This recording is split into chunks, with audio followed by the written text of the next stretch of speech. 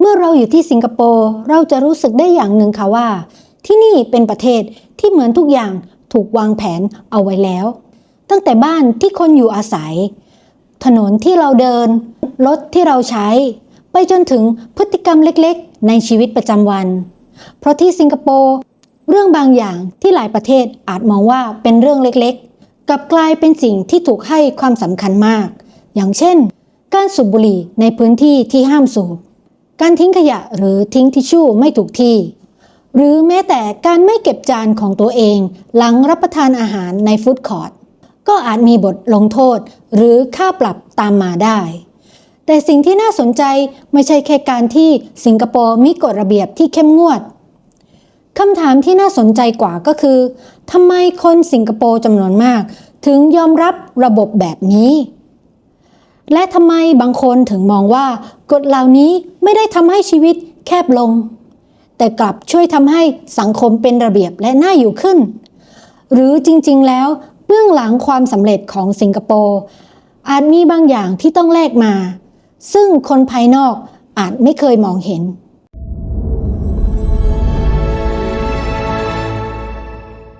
ก่อนที่สิงคโปร์จะกลายเป็นหนึ่งในประเทศที่มีเศรษฐกิจแข็งแกร่งที่สุดในโลก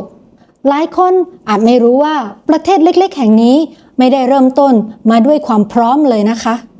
ถ้าเราย้อนกลับไปในอดีตเนี่ยสิงคโปร์เป็นเพียงเกาะเล็กๆเกาะหนึ่งที่อยู่ปลายสุดของคาบสมุทรมาลายู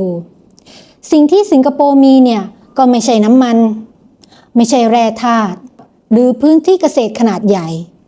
แต่สิ่งที่เป็นข้อได้เปรียบที่สุดก็คือทำเลที่ตั้งเพราะสิงคโปร์อยู่บนเส้นทางการค้าสำคัญระหว่างมหาสมุทรอินเดียและทะเลจีนใต้ทำให้ในปีค.ศ. 1819 เซอร์สแตมฟอร์ด รัฟเฟิลตัวแทนของบริษัท British East India Company เข้ามาจัดตั้งสถานีการค้าของอังกฤษที่นี่และจากจุดนี้สิงคโปร์ก็เริ่มเปลี่ยนแปลงจากเกาะเล็กๆกลายเป็นเมืองท่าที่มีความสำคัญมากขึ้นเรื่อยๆต่อมาในปีค.ศ. 1867 สิงคโปร์กลายเป็นอาณานิคมของอังกฤษโดยตรงหรือเรียกว่า Crown Colony อังกฤษนำระบบหลายอย่างเข้ามาทั้งระบบกฎหมายแบบ Common Law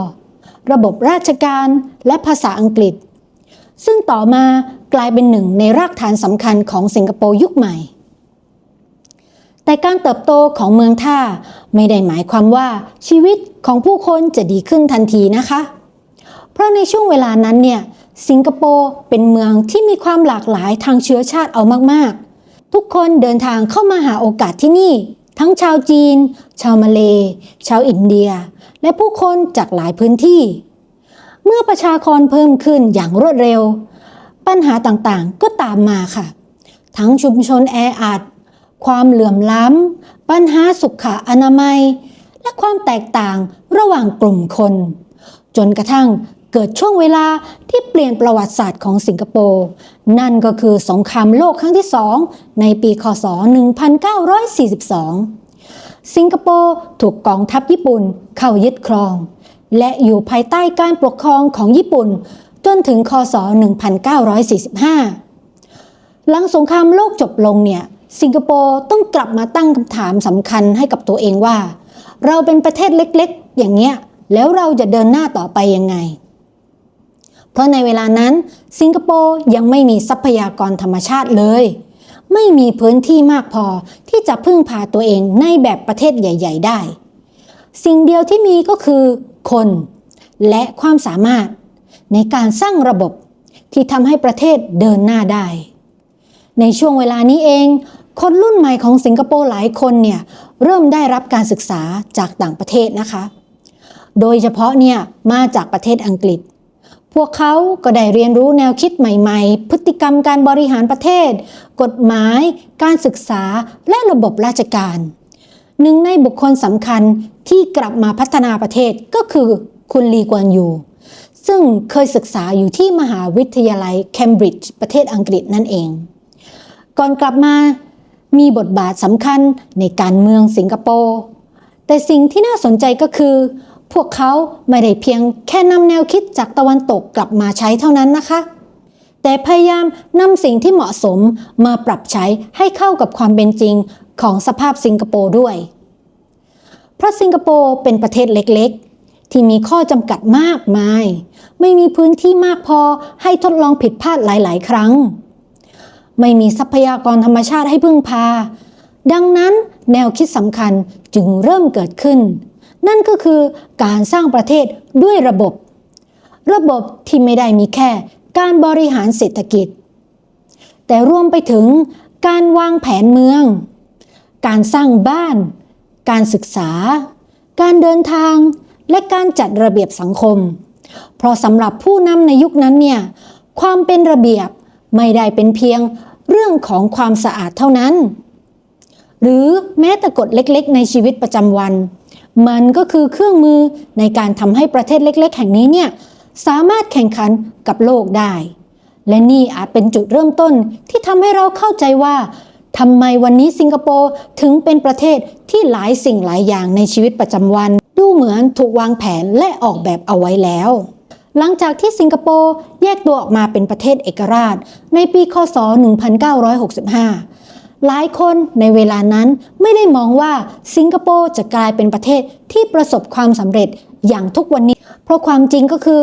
สิงคโปร์ในวันนั้นเนี่ยไม่ได้มีภาพของประเทศมหาเศรษฐีเลยนะคะแต่สิงคโปร์เป็นเพียงประเทศเล็กๆที่ต้องดิ้นรนเพื่อความอยู่รอดเพราะไม่มีทรัพยากรธรรมชาติไม่มีพื้นที่ขนาดใหญ่มีแต่ปัญหาการว่างงานมีความแตกต่างทางเชื้อชาติและยังมีความทรงจำจากเหตุการณ์ความขัดแย้งในอดีตที่ทำให้ผู้นำเนี่ยต้องกลับมาคิดว่า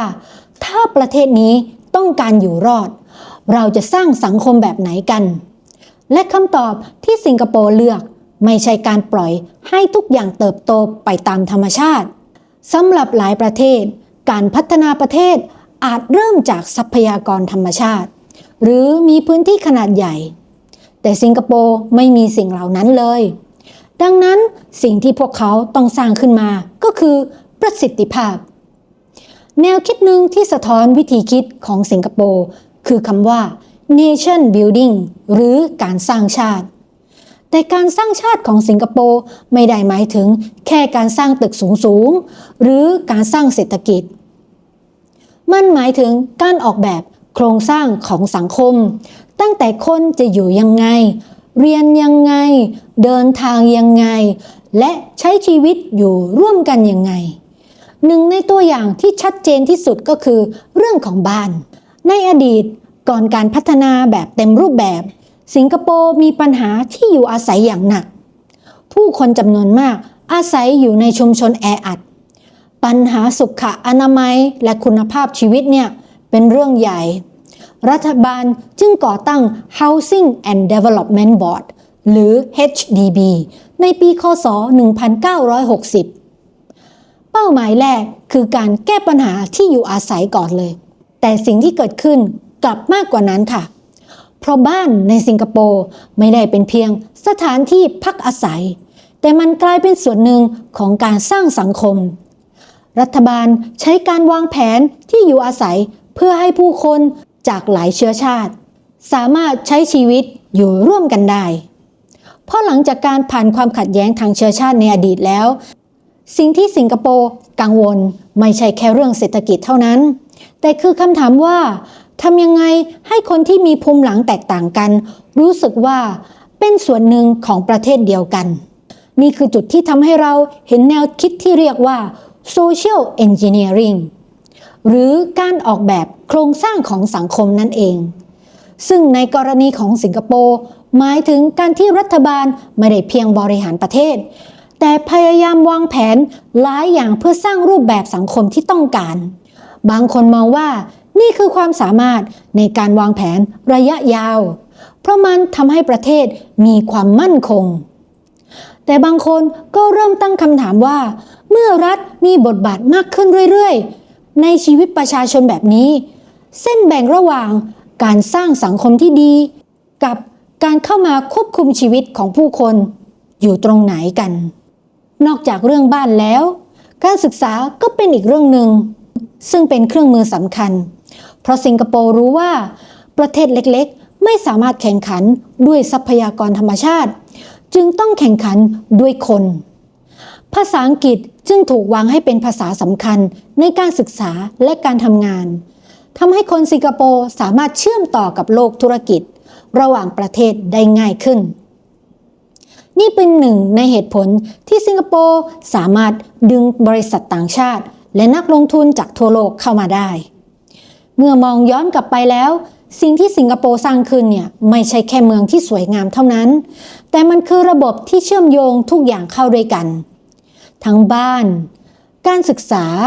เศรษฐกิจการเดินทางและพฤติกรรมของผู้คนผลลัพธ์ก็คือประเทศเล็กๆแห่งหนึ่งสามารถกลายเป็นหนึ่งในประเทศที่มีความมั่นคงและพัฒนาแล้วของโลกแต่ในเวลาเดียวกันเนี่ยความสำเร็จแบบนี้ก็ทำให้เกิดคำถามสำคัญเพราะยิ่งระบบมีความประสิทธิภาพมากขึ้นกฎระเบียบก็ยิ่งเข้ามามีบทบาทในชีวิตประจำวันมากขึ้นด้วยนะสิแล้วคำถามต่อไปก็คือเมื่อประเทศหนึ่งเลือกใช้กฎเป็นเครื่องมือสร้างความสำเร็จกฎเหล่านั้นเปลี่ยนชีวิตของคนสิงคโปร์ยังไงและคนที่อยู่ในระบบนี้มองว่ามันเป็นข้อจำกัดหรือเป็นเหตุผลที่ทำให้ชีวิตดีขึ้นนี่คือเรื่องเราจะไปดูกันตอนต่อไปค่ะถ้าเราเดินอยู่ในสิงคโปร์วันนี้สิ่งหนึ่งที่หลายคนอาจสังเกตเห็นเหมือนกันก็คือที่นี่เป็นเมืองที่ทุกอย่างดูเป็นระเบียบเรียบร้อยอย่างไม่น่าเชื่อถนนสะอาดระบบขนส่งตรงเวลาพื้นที่สาธารณะถูกดูแลเป็นอย่างดีแต่เบื้องหลังความเรียบร้อยเหล่านี้มีสิ่งหนึ่งที่หลายประเทศอาจทำไม่เหมือนสิงคโปร์นั่นก็คือการใช้กฎระเบียบเป็นเครื่องมือในการกำหนดพฤติกรรมของคนในสังคมและบางกฎอาจเป็นเรื่องที่คนต่างชาติฟังแล้วตั้งคำถามว่าแค่เรื่องนี้ก็โดนปรับแล้วเหรออย่างแรกที่หลายคนนึกถึงก็คือเรื่องความสะอาดสำหรับคนที่มาเที่ยวสิงคโปร์ครั้งแรกอาจสงสัยว่าทำไมเมืองนี้ถึงสะอาดมากเลยคำตอบไม่ได้เกิดขึ้นจากที่คนสิงคโปร์ทุกคนเกิดมามีความระเบียบเรียบร้อยมากกว่าประเทศอื่นนะคะแต่เกิดจากการที่สังคมสร้างความคาดหวังร่วมกันว่าพื้นที่สาธารณะเป็นพื้นที่ของทุกคนการทิ้งขยะไม่ใช่แค่เรื่องของตัวเองแต่ส่งผลต่อคนอื่นด้วยดังนั้นการทิ้งขยะในที่สาธารณะหรือการทำให้พื้นที่ส่วนรวมสกปรกเนี่ยจึงถูกมองว่าเป็นเรื่องที่จริงจังมากอีกตัวอย่างหนึ่งที่คนทั่วโลกรู้จักก็คือหมากฝรั่งหลายคนอาจเคยได้ยินว่าสิงคโปร์ห้ามนำหมากฝรั่งเข้ามานะแต่เบื้องหลังจริงๆแล้วเนี่ยไม่ใช่เพราะรัฐบาลไม่ชอบหมากฝรั่งนะคะปัญหาในอดีตเนี่ยคือหมากฝรั่งถูกนำไปติดตามสถานที่ต่างๆโดยเฉพาะบริเวณระบบขนส่งเช่นประตูรถไฟฟ้าประตูรถเมล์ซึ่งสร้างปัญหาในการดูแลระบบในปีค.ศ. 1992สิงคโปร์จึงออกมาตรการควบคุมการนำเข้าและจำหน่ายหมากฝรั่งต่อมาในปีค.ศ. 2004มีการผ่อนคลายบางส่วนสำหรับหมากฝรั่งเพื่อสุขภาพเช่นหมากฝรั่งที่ใช้ในทางการแพทย์ภายใต้เงื่อนไขที่กำหนดดังนั้นเรื่องหมากฝรั่งจึงไม่ใช่แค่เรื่องของชิ้นเล็กๆแต่มันสะท้อนวิธีคิดของสิงคโปร์ว่าเรื่องเล็กๆนี่แหละที่กระทบระบบส่วนรวมอาจกลายเป็นปัญหาใหญ่ได้อีกเรื่องที่คนไทยหลายคนอาจไม่คุ้นเคยนั่นก็คือการไม่เก็บจานของตัวเองหลังรับประทานอาหารในฟู้ดคอร์ทในอดีตสิงคโปร์มีวัฒนธรรมที่ลูกค้านั่งกินอาหารแล้วก็ปล่อยจานตั้งไว้บนโต๊ะซึ่งเป็นเรื่องปกติแต่รัฐบาลมองว่าพฤติกรรมแบบนี้กับความสะอาดและความรับผิดชอบต่อพื้นที่ส่วนรวมจึงเริ่มมีมาตรการที่เรียกว่า Tray Return Initiative หรือการรณรงค์ให้ประชาชนนำถาดและภาชนะกลับไปคืนด้วยตัวเองและตั้งแต่ปีค.ศ. 2021 เป็นต้นมามีการบังคับใช้มาตรการอย่างจริงจังมากขึ้นเมื่อมองเรื่องเหล่านี้รวมกันเราจะเห็นว่าแนวคิดของสิงคโปร์ไม่ได้เป็นเพียงห้ามทำแต่เป็นการพยายามสร้างพฤติกรรมใหม่ในสังคมให้คนคิดว่าฉันไม่ได้อยู่คนเดียวในพื้นที่นี้นะแต่คำถามสำคัญคือเมื่อรัฐเข้ามามีบทบาท ในการกำหนดพฤติกรรมของประชาชนมากขึ้นผลลัพธ์ที่เกิดขึ้นคืออะไรคนสิงคโปร์รู้สึกว่าชีวิตง่ายขึ้นเพราะทุกอย่างเป็นระบบหรือเปล่าหรือบางคนรู้สึกว่าชีวิตถูกกำหนดมากเกินไปและนี่คือจุดที่ทำให้เราต้องไปดูอีกด้านหนึ่งของสิงคโปร์ประเทศที่ขึ้นชื่อเรื่องความสะอาดและระเบียบแต่ก็ถูกตั้งคำถามจากบางคนว่านี่คือความเป็นระเบียบหรือเป็นการควบคุมกันแน่ถ้ามองจากภายนอกสิงคโปร์อาจดูเหมือนประเทศในอุดมคติสำหรับหลายๆคนเมืองสะอาดอาชญากรรมต่ำระบบขนส่งมีประสิทธิภาพเศรษฐกิจแข็งแรงและเป็นหนึ่งในประเทศที่คนทั่วโลกอยากเข้ามาทำงานและลงทุนแต่ในอีกมุมหนึ่งความสำเร็จแบบนี้ทำให้เกิดคำถามที่น่าสนใจเพราะเบื้องหลังความเป็นระเบียบของสิงคโปร์นั้นคือบทบาทของรัฐบาลที่เข้ามามีส่วนร่วมกับชีวิตประชาชนในหลายด้านตั้งแต่บ้านที่อยู่อาศัยการใช้พื้นที่เมืองการเดินทางไปจนถึงพฤติกรรมเล็กๆในชีวิตประจำวันและนี่คือเหตุผลที่บางคนใช้คำว่า Nanny State เพื่ออธิบายสิงคโปร์คำว่า Nanny State แปลตรงๆว่ารัฐพี่เลี้ยงเป็นคำที่บางคนใช้วิจารณ์ประเทศที่รัฐบาลเข้ามาดูแลและกำหนดพฤติกรรมของประชาชนมากเกินไปเหมือนพ่อแม่ที่คอยบอกลูกว่าอะไรควรทำอะไรไม่ควรทำในมุมมองของคนวิจารณ์แนวคิดนี้อาจมองว่าประชาชนควรมีพื้นที่ในการตัดสินใจด้วยตัวเองมากกว่านี้แต่ในอีกมุมหนึ่งคนจำนวนมากในสิงคโปร์กลับมองระบบนี้แตกต่างออกไปเพราะพวกเขาไม่ได้มองว่ากฎทั้งหมดเป็นข้อจำกัดแต่เห็นว่ามันเป็นสิ่งที่ทำให้สังคมสามารถทำงานได้อย่างมีประสิทธิภาพตัวอย่างที่ชัดเจนที่สุดก็คือเรื่องรถยนต์สำหรับคนที่มาเที่ยวสิงคโปร์ครั้งแรกหลายคนอาจสงสัยว่าทำไมรถที่นี่ถึงมีราคาแพงคำตอบไม่ได้เป็นเพียงเรื่องภาษีที่เกี่ยวข้องแต่แนวคิดการบริหารพื้นที่ต่างหากล่ะค่ะเพราะสิงคโปร์เป็นประเทศเล็กพื้นที่ถนนมีจำกัดถ้าทุกคนสามารถซื้อรถได้อย่างอิสระเหมือนหลายประเทศ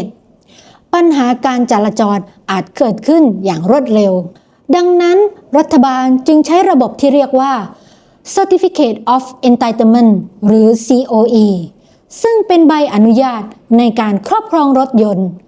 ในช่วงเวลาที่กำหนดเท่านั้นแนวคิดเบื้องหลังนี้รถยนต์ไม่ใช่แค่สินค้าส่วนตัวแต่เกี่ยวข้องกับทรัพยากรของประเทศทั้งหมดอีกเรื่องหนึ่งคือบ้านสำหรับหลายประเทศบ้านเป็นเพียงเรื่องของตลาดใครมีเงินมากก็ซื้อบ้านได้แพงขึ้นแต่ในสิงคโปร์รัฐมีบทบาทอย่างมากในเรื่องที่อยู่อาศัยเพราะรัฐบาลมองว่าบ้านไม่ใช่แค่ที่พักแต่เป็นรากฐานของความมั่นคงของสังคมนี่จึงทำให้ประชาชนสิงคโปร์จำนวนมากสามารถเป็นเจ้าของบ้านได้แต่ในขณะเดียวกันมันก็สะท้อนว่ารัฐมีบทบาทในการกำหนดทิศทางชีวิตประชาชนค่อนข้างมากดังนั้นคำถามจึงไม่ได้มีแค่ว่าสิงคโปร์ควบคุมประชาชนมากเกินไปหรือไม่แต่เป็นคำถามที่ซับซ้อนมากกว่านั้นนั่นก็คือถ้าระบบเหล่านี้ทำให้ชีวิตปลอดภัยขึ้นสะดวกขึ้นและทำให้ประเทศประสบความสำเร็จเราควรมองมันเป็นข้อจำกัดหรือเป็นสิ่งที่สังคมเลือกที่จะแลกเพราะบางครั้งสิ่งที่คนหนึ่งมองว่าเป็นการจำกัดเสรีอาจเป็นสิ่งที่อีกคนมองว่าเป็นความมั่นคงและนี่คือเหตุผลที่สิงคโปร์เป็นประเทศที่น่าสนใจมากเพราะมันไม่ได้มีคำตอบง่ายๆว่าถูกหรือผิดดีหรือไม่ดีแต่มันทำให้เราต้องถามตัวเองว่าถ้าเป็นเราจะเลือกสังคมแบบไหนตลอดทั้งคลิปที่ผ่านมาเราได้เห็นว่าเบื้องหลังความสำเร็จของสิงคโปร์นั้นไม่ได้เกิดขึ้นจากโชคแต่เกิดจากการวางแผนอย่างละเอียดตั้งแต่การสร้างบ้านการออกแบบเมืองระบบการศึกษาการควบคุมพื้นที่สาธารณะไปจนถึงกฎเล็กๆที่เข้ามาอยู่ในชีวิตประจำวันของผู้คนและทั้งหมดนี้สะท้อนแนวคิดเดียวกัน นั่นคือการสร้างสังคมที่มีระบบและสามารถทำงานได้อย่างมีประสิทธิภาพแต่หลังจากที่เราเล่ามาจนถึงจุดนี้แล้วคำถามสำคัญที่สุดอาจไม่ใช่สิงคโปร์มีกฎเยอะเกินไปหรือเปล่าแต่คือคนที่อยู่ในระบบนี้จริงๆเขารู้สึกยังไงกันเพราะเมื่อเรามองจากภายนอกเราอาจรู้สึกว่าทำไมประเทศหนึ่งถึงมีกฎมากมายขนาดนี้ทำไมเรื่องบางอย่างที่ดูเล็กๆในประเทศอื่นถึงกลายเป็นเรื่องจริงจังในสิงคโปร์แต่สำหรับคนที่เติบโตมากับระบบนี้แล้วก็มุมมองอาจจะแตกต่างออกไปหลายคนไม่ได้มองว่ากฎเหล่านี้เป็นข้อจำกัดของชีวิตแต่กลับมองว่ามันคือสิ่งที่ทำให้สังคมสามารถทำงานได้เพราะเมื่อทุกคนรู้ว่าตัวเองควรทำอะไรพื้นที่สาธารณะก็สะอาดขึ้นเดินทางก็มีระเบียบมากขึ้นและผู้คนสามารถใช้ชีวิตในสังคมที่คาดเดาได้มากขึ้นแต่ในอีกด้านหนึ่งความเป็นระบบที่สูงมากก็อาจมาพร้อมกับแรงกดดันบางอย่างเพราะเมื่อสังคมให้ความสำคัญกับมาตรฐานความสำเร็จและการแข่งขันผู้คนก็อาจรู้สึกว่าตัวเองต้องพยายามมากขึ้นเพื่อให้ทันกับระบบนั้นดังนั้นสิ่งที่น่าสนใจคือสิงคโปร์ไม่ได้เป็นประเทศที่มีแต่ด้านดีหรือมีแต่ด้านที่ถูกวิจารณ์แต่มันเป็นตัวอย่างของประเทศหนึ่งที่เลือกเส้นทางของตัวเองเส้นทางที่เชื่อว่าระเบียบความมั่นคงและประสิทธิภาพสามารถเป็นพื้นฐานในการสร้างประเทศได้สำหรับคนที่อยู่ต่างประเทศอย่างเราเนี่ยสิ่งหนึ่งที่ทำให้เราสังเกตเห็นได้ชัดก็คือไม่มีประเทศไหนสมบูรณ์แบบทุกประเทศต่างมีสิ่งที่ต้องแลกบางประเทศอาจให้อิสระมากกว่าแต่อาจต้องยอมรับความไม่เป็นระเบียบในบางเรื่องบางประเทศอาจมีกฎที่เข้มงวดกว่าแต่ก็แลกมาด้วยความปลอดภัยและระบบที่มีประสิทธิภาพคำถามจึงไม่ได้มีเพียงว่าสิงคโปร์ทำถูกหรือผิดแต่เป็นคำถามที่ใหญ่กว่านั้นสังคมแบบไหนที่เราอยากอยู่ถ้าให้คุณเลือกระหว่างประเทศที่มีอิสระมากกว่าแต่ต้องยอมรับความวุ่นวายบางอย่างกับประเทศที่มีกฎระเบียบมากกว่าแต่ชีวิตประจำวันมีความปลอดภัยสะอาดและเป็นระบบมากขึ้นเป็นคุณจะเลือกแบบไหนกันคะและเหตุผลคืออะไรเราอยากให้ลองคอมเมนต์แลกเปลี่ยนความคิดเห็นกันนะคะเพราะบางทีคำตอบของแต่ละคนอาจสะท้อนว่าเรามองคำว่าคุณภาพชีวิตที่ดีแตกต่างกันยังไงสำหรับเราสิ่งที่น่าสนใจที่สุดของสิงคโปร์ไม่ใช่แค่การที่ประเทศนี้มีกฎมากมายแต่การที่ได้เห็นว่าประเทศเล็กๆประเทศหนึ่งสามารถสร้างตัวเองขึ้นมาจากข้อจำกัดโดยความคิดที่ว่าเมื่อทรัพยากรมีจำกัดสิ่งที่ต้องสร้างให้มากที่สุดก็คือระบบที่ทำให้คนและประเทศเดินไปข้างหน้าได้นี่คือเรื่องราวอีกมุมหนึ่งของสิงคโปร์ประเทศเล็กๆที่ไม่ได้แค่สร้างเมืองแต่สร้างวิธีคิดในการอยู่ร่วมกันของผู้คนและนี่คือเรื่องราวของสิงคโปร์ประเทศเล็กๆที่ไม่ได้มีจุดเริ่มต้นที่สมบูรณ์แบบแต่เลือกใช้ความคิดการวางแผนและระบบต่างๆเพื่อสร้างอนาคตของตัวเองสำหรับเราสิ่งที่น่าสนใจของการเดินทางและการเรียนรู้เรื่องราวของแต่ละประเทศไม่ใช่แค่การดูว่าเขาทำอะไรสำเร็จแต่คือการได้เข้าใจว่าทำไมเขาถึงเลือกเดินบนเส้นทางนั้นเพราะทุกประเทศต่างมีประวัติศาสตร์มีเหตุผลและมีสิ่งที่ต้องแลกแตกต่างกันไป